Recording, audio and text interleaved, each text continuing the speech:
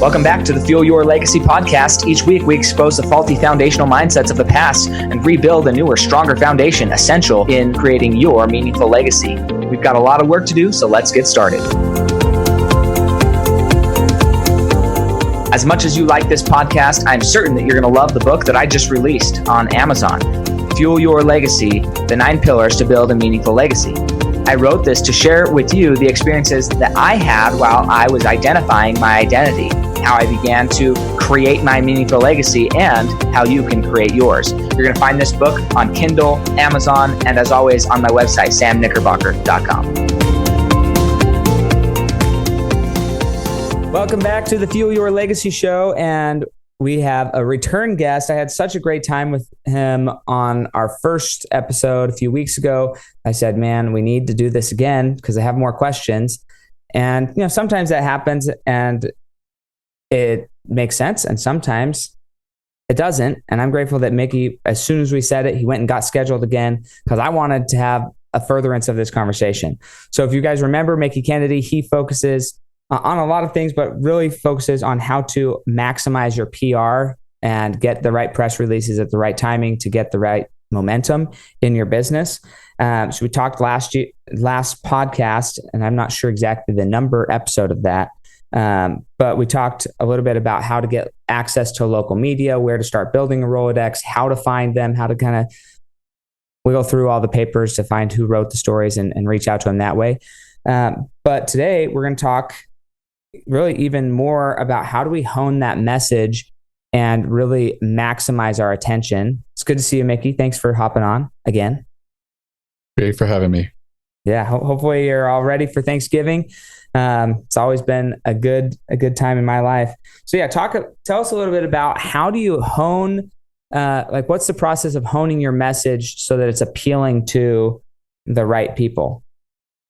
Right. So I think that, you really want to realize that journalists are storytellers. And so anything you craft, you want to sort of fulfill what, a story arc need. So when it comes to, for example, your unique selling proposition, what is it that you do that's different than everybody else? What is it that you've established that makes you different from all the other companies or services that are out there? For a lot of my clients, they say we're just a reseller in a local market. Everybody does it, and I kind of feel like that's a dangerous position to be in because if you're not unique, it's really hard to differentiate yourself in the marketplace, and eventually you just compete on price, and that's a terrible position to be in, where you're having to constantly do more for less. And so I think that honing what it is that you do that's different than everybody else, whether it's like onboarding, or maybe you have video resources for people. What are the types of things that you feel are attainable that you could do that you could protect as something that's unique for you? When everybody appears on Shark Tank, they all tell their personal story. And in a way, that's like they're part of their unique selling proposition, who they are, and what led them to create this product or business. And sometimes it's inspirational, sometimes it's obstacles that they overcame, they were laid off, or sometimes they were sick and they had some time where they just thought about something and it came to be. And I think the reason that almost all Shark Tank stories with these startups begin with these stories is because we relate to that. It's humanizing the business, and it's a human interest element. And journalists love a human interest element. And so, try to do an audit of your story. What it is that led you to create your business or a product. Is there something there? Is there something there you could even sort of embellish a little bit? eBay had its early story for like 5 to 6 years when they launched, about how the founder was a programmer and he was creating an auction platform to sell his girlfriend's Pez collection. It's completely made up. It was created by a PR firm, but it humanized eBay, and it made us easy to relate to. Here's someone with a problem. They have this Pez collection they want to sell. How do you sell it and maximize the most dollars on a platform? And so it was something that worked really well. I'm not saying that you have to fictionalize everything, but maybe there's room for embellishing or really getting back to the roots of what caused you to launch your business or product or service. And maybe there's something there, something that a journalist could relate to. And if that's not the story, maybe that's part of the story that will be told. Yeah, as you started telling that, Victoria's Secret is one where there's nothing there. It's all just made up, but most people don't know that. Or, I mean, I think now probably most people do, but before it was like, well, who's this? Who's Victoria? And it's just made up thing because that's what it's going to sell. So I think that just some notes I made that like everybody does it. It's such an interesting thing because I was talking to a friend of mine the other day and we were talking about this, how most people don't see their own gifts. Most people feel like they just are normal. The reality is there's elements of you that if you were in a room of 10 people or even 100 people and everybody was individually living their lives, people would be like, why are you doing it that way? What are you doing it that way versus the way I do it? Even when I got married to my wife, it was like, why do you wash the dishes with cold water? Why do you do that? Why do you fold the clothes that way? And I was questioning everything about how she did it. And she was like, stop questioning me. Why are you telling me I'm wrong? I'm bad. I'm like, no, I'm not. I'm just honestly curious. Like I have, and the flip side of that is a lot of people, they're just habitual in what they do. A lot of the stuff that I've done in my life, I have a very thought out process of why I do it that way. So if somebody asks me, why are you doing it that way? A lot of things, I have my reasoning. I'm not saying my reasoning's right, but I have my reasoning. So I'm curious on that element, but how do you, like, are there books that you've read or is it all just like self-taught? But how would somebody go and learn, how do I start to look at my uniqueness? Like, how do I start to dissect what I do in a way that is different from somebody else? Well, for me, I joined a marketing mastermind years ago with Perry Marshall, who at the time was just an AdWords expert. But once, I joined the mastermind, I got to talk to other business owners, and these were the types of discussions that we would have. And, we would put each other on the hot seat and try to determine how we could make each other's business better. What were our weaknesses? What were our strengths? And, the idea of a unique selling proposition was one of the central things that we had to solve and build upon, and almost like build a moat around it, protect it, because we did not want, someone else to come in and sort of compete directly against us. Because once you're not competing on, like on a price level, you can really, maximize your profits, but provide considerable value to the customer. And you just want to communicate what those values are and decide what it is that you're going to do that makes you unique. Is it your quirky culture? Is it, maybe the fact that you offer, free resources? Is it, the hand holding that you have? Like at A-Releases, one of the things that we have is all the staff are editors, and there's no salespeople. And so when you call, you're not going to be pitched, or sold something. You're going to have people who can talk and walk you through the process. And I think that has helped a lot of people come on board who've never done press releases before. I think we probably helped over 10,000 people do their first press release. And so, that's something that, I feel really strong about.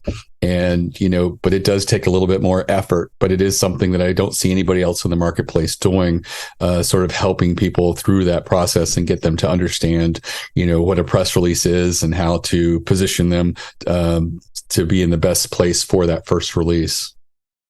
Yeah, I think that is honestly one of the biggest challenges in business in general, but also in individual lives where we're all struggling. I think even if I think I'm doing good, then I see somebody else and I think I'm struggling again. So, and I feel like it's a moving target as well with society. what's popular. Even if you think you figured it out 6 years ago or 2 years ago or last year, you may need a new angle to draw in the attention again. And that's really what's powerful about what you do, is being able to look at that and see all of the information and then help somebody with their specific industry. I don't know what my competitors are always doing or what they think is their unique angle.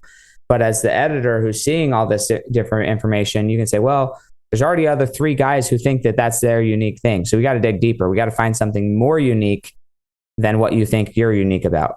Or we just say you're unique in this area rather than in America. You're just unique in small town Tennessee or small town Oklahoma or wherever, because we've got to create that uniqueness somehow. Is that pretty accurate there? Definitely. It is trying to determine what it is that you do that's different than everybody else, and then protect it and build upon it. Create an asset, where you have something that is defensible and differentiated. And as a result, you can, maximize revenue and profits, where if you were just competing on price and you're selling the same thing that everybody else is, eventually profits will just erode to almost nothing.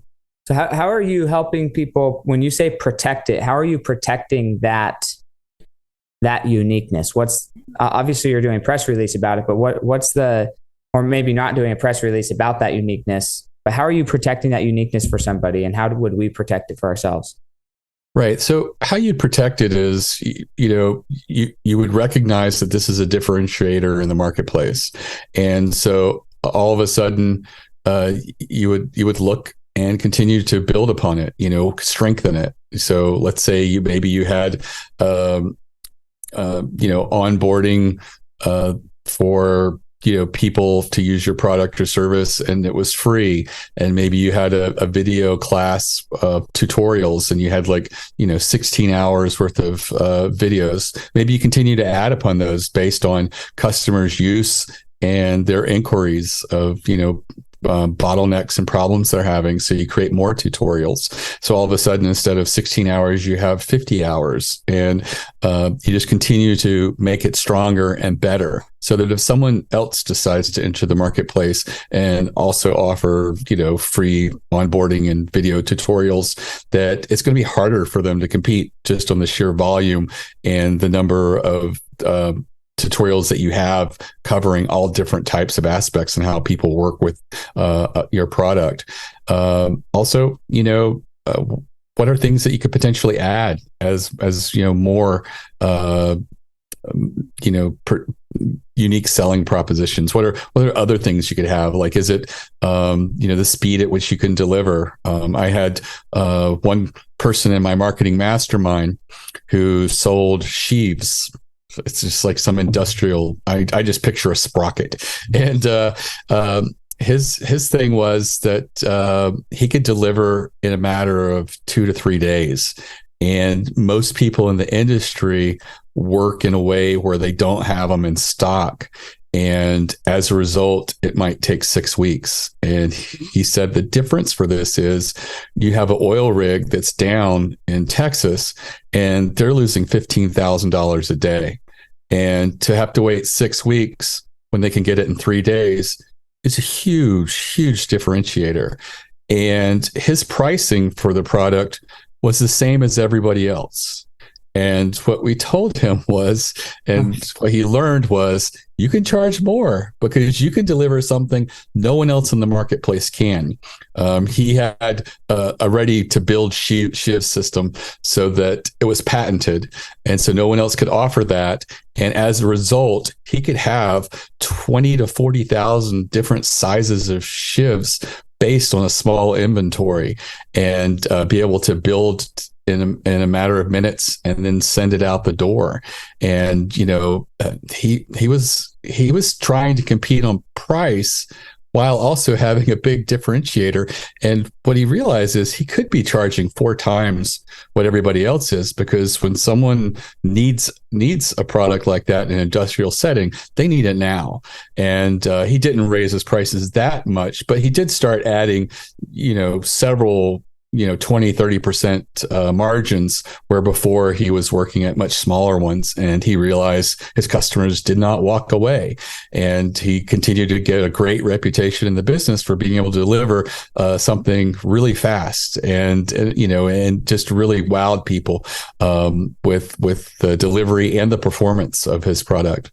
Yeah, I had that's such a great story, and I think that it's something that people need to think about on multiple levels, but finances is one major one. When you're in the marketplace, branding and story is everything. And that's what I love about what you do, is you're helping bring that story to everyone. So there's branding and connecting with the people who are your tribe already, but then there's also like, how do you mass produce this story?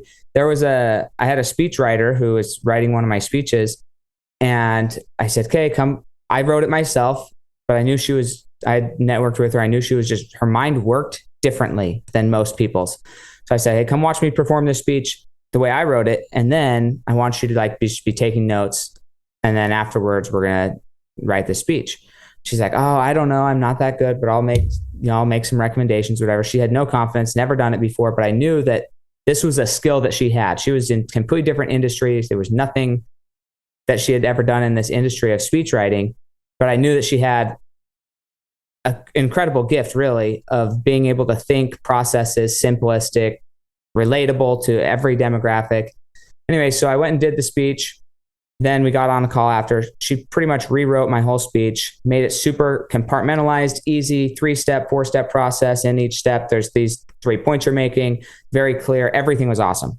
And she never mentioned any price the whole time. And because I've already paid for other speeches, I was expecting, I don't know why I was expecting this, because she wasn't really in this industry, but because I know what it would cost to have a speech written at that caliber, because I've had other speeches written. Then so she gets to it and she's like, so that's just going to be $200. And if you've ever paid a speechwriter, just so you know, you could easily pay $5, $10, $15, $20,000. And the reason is, and this is what I then educated her on, and you might think, well, what did you pay her, Sam? I'll tell you what I paid her. I paid her $200, and then I educated her. And the education that I gave her was worth more than the $200, because the first day I paid her $200. She helped me with my speech because that's what she asked for. That's what she thought she was worth. Then I said, look, we're going to do a free coaching call. I'm not going to pay you for you're not going to pay me for the coaching, but I'm going to help you break down your business and show you how to charge this. Because when a public speaker gets on stage, and this is where, like, for you, Mickie, and if you're wondering, like, how can Mickie charge what he charges? Because it's the value proposition. If you give me a really good speech that I know I'm going to get on stage and I'm going to close X amount of business every time I give that speech, then what you've essentially done is given me a resource, like a piece of real estate, that every time I deliver that piece of real estate, I'm going to make $15,000, $20,000, $30,000. Every time. For the rest of my life, that asset's going to keep paying me. And you gave me that asset for $200, I'm going to go make millions off of it. Okay. And if you can position yourself and explain that to your client base well enough, then you can easily charge $4,000, $5,000, $6,000, $7,000, $10,000. I know speechwriters who have gotten paid $100,000 for a speech that they wrote. Why? Because they positioned it properly to the right person. And that's how it goes. So with you, Mickie, I'm curious, how do you how do you convey that to your client? How do you explain to your client that type of value proposition for what you do? Because I know it's there, but how are you explaining that to your client base so they feel like, yes, the rate of return that I'm going to get on this is absolutely worth the investment? I think that one of the things that we talk about is, how you can leverage getting PR and getting earned media articles written about you. And, there is the influx of customers that come from an article, but there's also something else that happens. You're building credibility in the marketplace. You're establishing authority by being the subject of an article. It's almost like third-party corroboration or social proof when a journalist chooses to write about you. And what you can do with that is you can preserve it on your website, but you can also take these articles and the links and share them with your social media, as well as your customer newsletters and with your leads. And, what happens when someone reads this earned media is often they become customers, they become very loyal customers, because when they read that article, something good triggered with them and they wanted to do business with that company. They didn't open a new window and say, can I get something similar, cheaper on Amazon or somewhere else? They want to do business with this company that they just read about. And I'm guilty of it. I read blog posts and articles about Kickstarter campaigns. And the next thing I know is I'm clicking through and trying to find that campaign and support it. And I just feel really positive about it. I don't go and see, is there something similar or something I could work with that, the product for me isn't important. It's supporting the effort and having this goodwill. And that same goodwill that's generated can go to your leads. And, your leads funnel is always full of people who are not going to choose you. And, what percentage they are at, and they need to get to 51% to finally decide to use you. Reading this article and putting that in front of them could get a lot of people who are 47s, 48s over that 51% mark. And as a result, turn into customers for you that you probably wouldn't have gotten without that. And the same thing with customers. Customers always occasionally shop, just to make sure they're working with the best vendors. And, maybe they read this article and they don't shop this year. They feel like we're with the right company. This article is proof that we've chosen the right company to be with. So, all of those are ways in which you can use it. I had one offline client who was a local carpet company in New Jersey who came to me with a 1-year PR campaign budget and was really committed to it.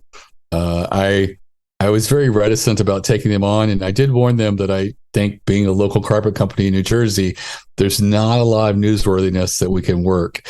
And having the discussion about a USP, there just wasn't room for USP in their marketplace. I mean, they did have some things that defined them, like a lot of their installers had been with them for years, and they were really felt strongly about having a good product and a good service.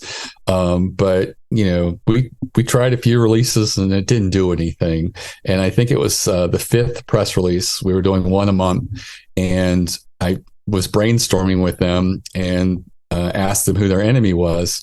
And I was expecting it would be like, David across the street with his carpet company, but it was the big box home improvement stores.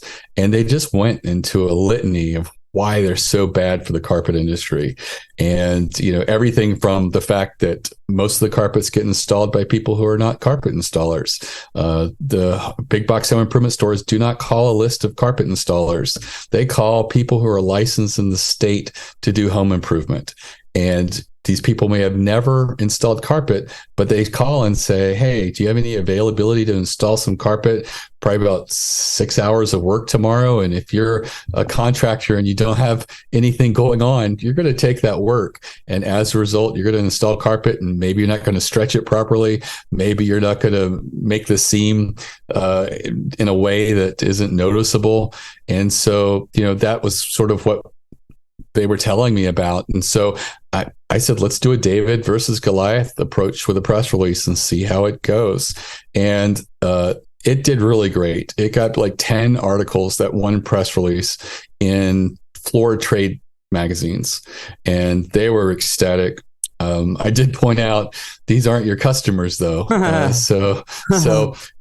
But they just said, no, this is what we want. This is the kind of attention that we want. And so we continue to talk about marketing and how you have to leverage against a big company and differentiate yourself a little bit. And continued to get media pickup. Got picked up in their local newspaper and New Jersey Magazine, which is a really beautiful, glossy magazine. And they put together what they called a brag book. And they took, at the end of the year, they had like over 30 clippings.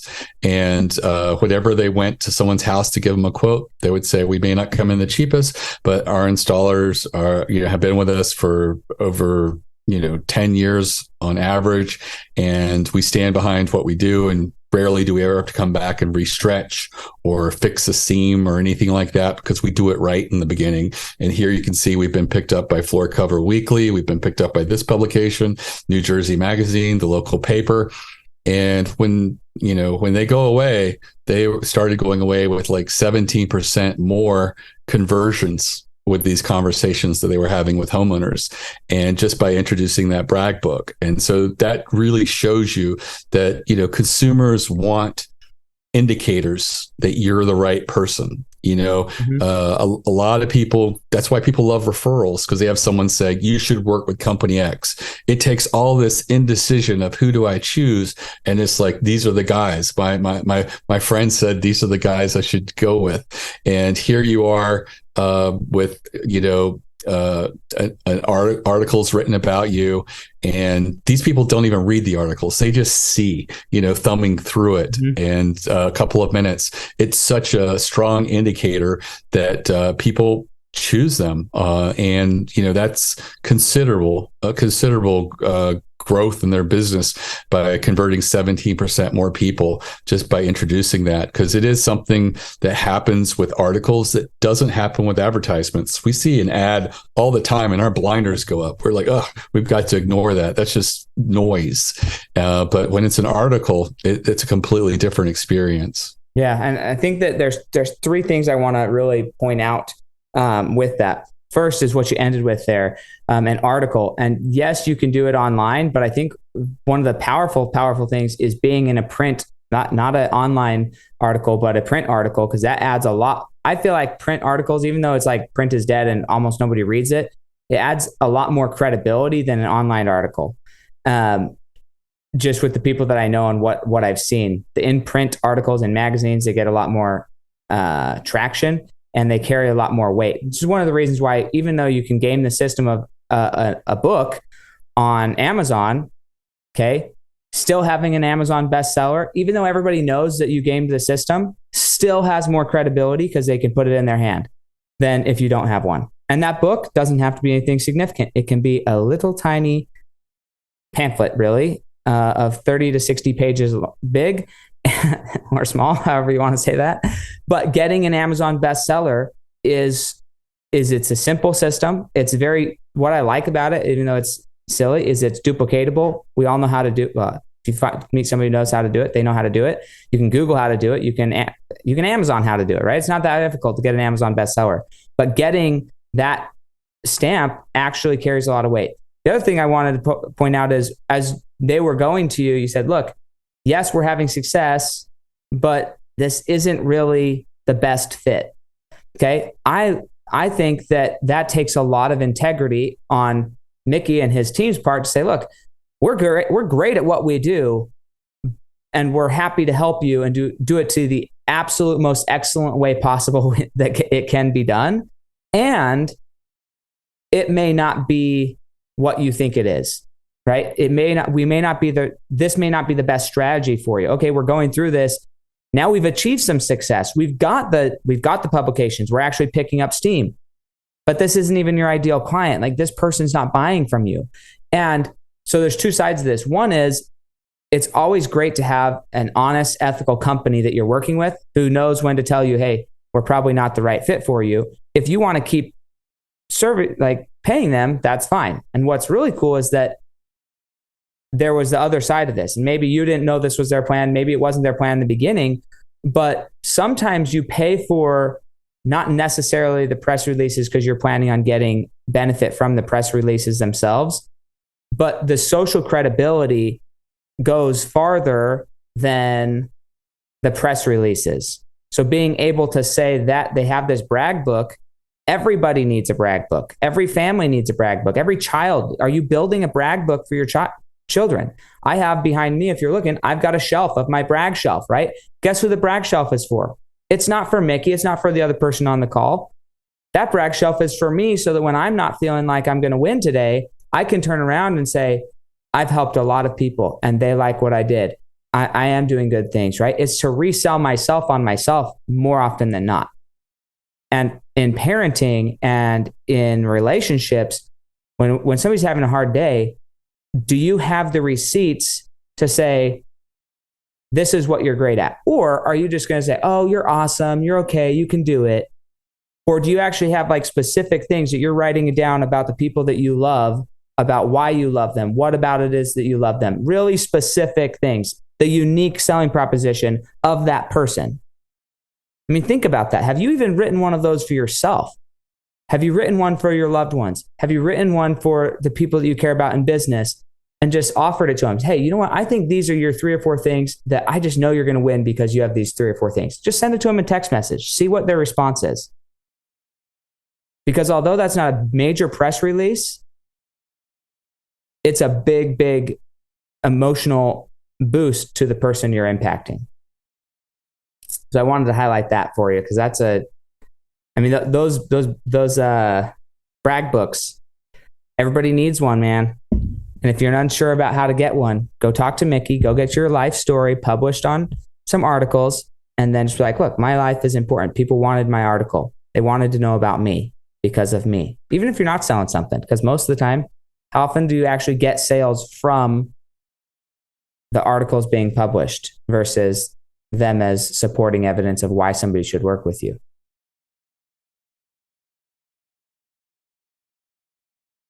Yeah, I mean, it is one of those things where sometimes we see sales come in from the articles and then sometimes they don't. And it's you really don't know. But the one good thing is that you can still take that article and share it with your leads, share it with your customers, put it on your social media, put it on your website. I always advise my clients to build a newsroom. And I know that's a big ask for a lot of small businesses. So I always say, well, do you have a blog? And they're like, yeah. It's like, well, add it to your blog at the very least. So you have a place where you're collecting this stuff and, making screenshots, because sometimes these articles will go away. They're always changing content management systems every 5 to 7 years or something, and all the old ones go away. So just make sure that you're recording it. You're celebrating your successes, sharing your successes, and, putting them somewhere on your website so that people could continue to see them. I shared a story about the importance of press releases in just establishing credibility of an e-commerce website. One year, my daughter sent me something that she wanted for Christmas, and it was on this website that just made me uncomfortable pulling out my credit card. And so what I did was I explored the website a little bit more, and I saw they had a newsroom and they had press releases going back 8 years. And I was just like, no fraudulent company is going to go through the effort to build out all of these stories and stuff like that. And it showed that they had a real concern for their brand and messaging and communicating. And it completely made me feel that these people are legitimate. They may have a website that could be updated, but it made me feel very comfortable pulling out my credit card and working with them. And I think that anytime we do business with people, we're looking for credibility indicators. What are the signs that this is a reputable company? Is it the reviews that they have? Is it, what is it? And we all know that some places pad reviews. And I'm suspicious of doing business with anybody that has nothing but 5-star reviews. I don't trust it. And Isn't it funny how that's changed? Yeah. I look at the 1 stars and the 2 stars, and and sometimes they show that it's the bad customer themselves. They're just like, I stubbed my toe when I went to do something, and it's like this company's fault. It's just like, we've gotten a couple of crazy bad reviews in the past, and I just laugh because it's part of business, and you can't please everybody. But in the cycle of things, it's like we're overwhelmingly 97% people love us. And so the 3% that don't, we can learn from them, don't ignore them, but also recognize that there's always going to be this noise that people are in a bad mood that day and things just didn't align, and they were looking for a story in the New York Times and it didn't happen, and we certainly can't guarantee that. So yeah, sometimes people's perceptions are so far apart that you're not going to please everybody, but I do think that it is one of these things where people are looking for signs of realness, and I think that showing the good and the bad is great. I don't like sites that only show the positive, reviews. Use a third-party site that lists them and has some of the negative as well as the positive. That's another indicator that I feel like this company is legitimate. Right. So I'm curious. This just popped in my head. Being a PR agency, have you ever intentionally ran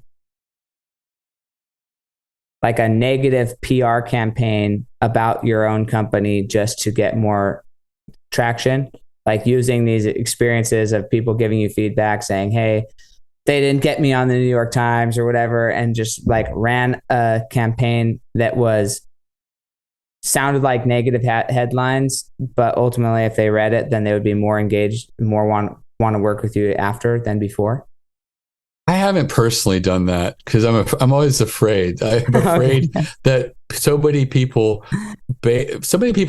are reading headlines these days and not clicking through and reading the articles. I think that people are busy, and so I fear that misstep might be problematic. I'm not sure. I was just curious because Trump does it all the time, and there are people who work it really well because it is like a hook that draws you in. But for a lot of people, they read headlines and they don't click through, and I'm becoming more and more guilty of that as I'm really busy, and I just open up my news reader and look at the headlines and then move on. Yeah, I asked another similar question to another mentor of mine and asked him, do you ever talk to somebody who like, there's no nice way of saying that, or I don't know a nice way of saying it. Maybe there's a nice way of saying it, but like because he's a business mentor and his goal is to help people really succeed. And that's what I like about him, is that his goal is actually to help people, not just to make money, right? Because there's a lot of people out there just there to make money. And I'm not saying there's anything wrong with them, but when somebody's real goal is to really make transformation and help people succeed, then theoretically you want to help everybody. But then there's the reality of time and effort and all of that comes into play. And then you end up just working with the people who actually want to work with you rather than worrying about all the other people who are too dumb to want to work with you. So I asked him, I was like, so I understand that you're almost always like protecting your 5 people and you're just working with people at this level who want what you have and are ready to be coached and mentored and all this. But do you ever like intentionally go and try and explain something to somebody who is absolutely coasting, has no desire, no drive in life, just to see if you can like understand their perspective to give you more insight on how to help somebody make that jump from there? And he's like, no, I don't waste my time with anybody under this thought process level. And I was like, okay. Because I don't know, it's just interesting. Like, how do you learn to communicate? If you want to help the people who are in the ghetto, then you have to understand them. And if you don't understand them, then how are you actually going to help them? So you can think that you're trying to help people on one side, but never actually be communicating to the person or demographic that you want to help because you aren't speaking a language that they understand. Right. And I think that it really comes down to education and having conversations. I go on podcasts because it's a way for me to talk about PR and some of the cool things that I see and patterns. And it's a great way to educate on, the types of press releases people should focus on and the types that they should ignore. But, it does rely on people listening to podcasts. And, it is true that there's a population you're probably never going to reach because you're never going to be in front of them. But I do believe that, by getting out there and providing education and being a resource and a positive light, so to speak, it makes a difference. And I think that, some people will come around and listen and follow your instructions. And when that happens, that's great. I mean, like I said, we have a meter on our back end at eReleases of the number of new customers we get every month. And some months it's over 300 new customers. And most of them had never done a press release, or they've never done a press release that's gone over a wire before. So this is like their first serious press release. And that's a metric that just really just energizes me and makes me feel great, seeing the new customers come in, because, they are the lifeblood of the business. These people are on average going to do 4 to 6 releases with us. And, that's really, a really great relationship that just starts. And, we want to do everything we can to sort of foster that and support them, and educate them through that first process of going through and, figuring out what worked and didn't work with that first release, and just being there to provide support, resources, and help in establishing what they should be focusing on next. Sure. Let's say you had a business that wanted to do like a monthly thing. Do you have monthly subscriptions to your service, or is it, hey, once you pay for X amount of releases and they happen once a month, or how does that work on the business side of somebody who's building a long-term relationship with you? Right. So we offer a la carte services. You can buy them as you need them. We do offer packages of releases, where you can buy a 3-pack, a 6-pack, a 12 releases. We also have sales twice a year where we offer packages of 5 and 10 releases.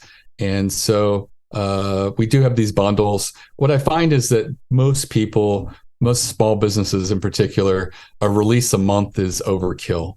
And, the carpet company came to me and said, we've got a budget. We saw what your pricing was, and we want to work with you. And we're doing one a month. And I was like, okay. But for most businesses, it's like 2 to 4 releases, a quarter, at let's just say on average, 6 to 8 releases a year.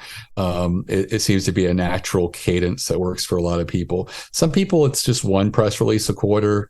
And so it's really finding a rhythm that works for them, as in accordance with their milestones, what's going on with them, and, how much time and effort they want to devote to it.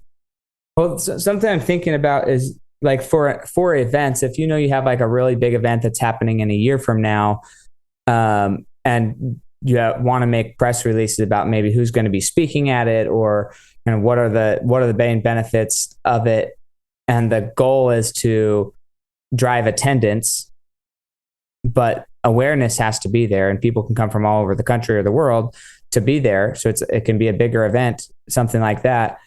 What would be a natural cadence or something to do a press release? And do you then press release about the event, or do you press release about the people who are speaking and then say, you can watch this person at this event? Yeah, I think that most of those types of releases get written in a way of before the event happens, and it's focusing on the speakers and what they will be communicating. And it's sort of a warm up to get people interested in the event. And so that's usually the ones that we see that are most effective. Yeah, because I imagine, just based off of our last 2 conversations, that you would still want each press release to be have the very unique humanizing element. And so you wouldn't want it to look like an advertisement at all, but rather like a very much fall in love with whoever the article's about. And then the desire would be, I want to see that person in person. Yeah. I want to hear, more about this conversation. It seems really intriguing. Yeah. That's interesting. I haven't thought about that until just barely. So this is why I love these conversations. It keeps me thinking about what is the next step and how can we do that. And hopefully for each of you listening, it's a similar thing. Do you have any last thoughts, Mickie, before we go? Just a little plug for my free masterclass. It goes through the winning strategies and types of releases that are meaningful. It's a great audit that anybody can take. And when they're done with it, they'll probably have 6 to 8 ideas for meaningful press releases they could do, thereby avoiding the press releases that don't work. And it's available at ereleases.com/plan, PLAN, and it's completely free. Just more of that education I like to provide. Okay. I love that. And I'm so grateful for you coming on. Hopefully maybe we'll get you to come speak at one of our events. Because I think what you share and your expertise is super, super needed and valuable, and fits very closely with what I've done and who I've partnered with as far as helping small businesses build a brand. And yes, you can build a brand, but also people need to know about your brand. So you can't if you just build something but nobody knows about it, nobody's coming, except for in Field of Dreams. In Fields of Dreams, then if you build it, they do come, as they say. So thank you so much. And any special, I don't know if you have any specials or anything around Christmas time or the new year. We do. If you visit ereleases.com, in our footer, we have a new customer special, and you can do a what we call our Newsmaker press release for $349 for distribution. Awesome. That's way cool. Well, go and see if it's right for you. Go through the masterclass. Hopefully out of these 2 conversations, what I wanted to share and why I keep inviting Mickie back is I think, and it's my belief from a legacy perspective, that one, stories are important. Stories need to be transferred from one generation to the next, and learning how to do that in an effective, mind-catching way is crucial. And so you may think, well, what's this press release guy have to do with that? I think he has everything to do with that. His job is to get eye-catching content to the people who are purveying it, so that they're filtering it through and only determining what you see. So it's everything. Learning how to properly title and present a story in an emotional way that's going to drive attention. That's what it has to do with it. So that's one of the reasons why I've invited him back, because I want to be able to pass that on from a perspective. But also, I think that in a large part, the gifts that each of us have, they can go a lot farther than just our own families or just ourselves. I think that learning how to share those in a positive way that are going to drive attention. And one of the principles I teach my clients is the reason that money grows is because there's interest, right? There's some form of interest on that. And interest is a great word because it doesn't necessarily just talk about money. If you want to grow your life, you have to allow people to be interested in it. Otherwise, your life stays the same. And allowing other people's interest in your life, it fills you up. It helps you get better. And it also helps that person get better when you're able to share that information. So I believe that there's a lot more room for positive interest in our society, in all areas, not just financial, but in our families, in our religion, in our faith life, in our personal life. We need more interest in positive things, and be willing to share that and know how to share that in an effective way is crucial. And that's what I like about what Mickie does, is he's teaching how to do that. And going through some of these little micro things that maybe you don't think about, but they're everything when it comes down to sharing that information broadly. So please go check out his website, ereleases, like E as in Edward, releases.com. And then if you go to ereleases/plan, then you get that free masterclass. And once you get through that masterclass, you're like, absolutely, I want to do a press release on myself. I'm balding and I've got receding hairlines, and we're going to do a press release about how terrible this is for 28-year-olds to have receding hairlines. Whatever. I don't know. I'm just making stuff up. But do something. Do a press release about you and the things that you care about in society, because I think that it's important. Share your perspective, share your light, and share your drive with other people. Fair enough? Super grateful for you, Mickie. Thanks for coming on the show, and we'll catch you guys next time on the Fuel Your Legacy Show. Thanks for joining us. If what you heard today resonates with you, please like, comment, and share on social media. Tag me, and if you do give me a shout out, I'll give you a shout out on the next episode. Thanks to all of those who've left a review. It helps spread the message of what it takes to build a legacy that lasts. And we'll catch you next time on Fuel Your Legacy.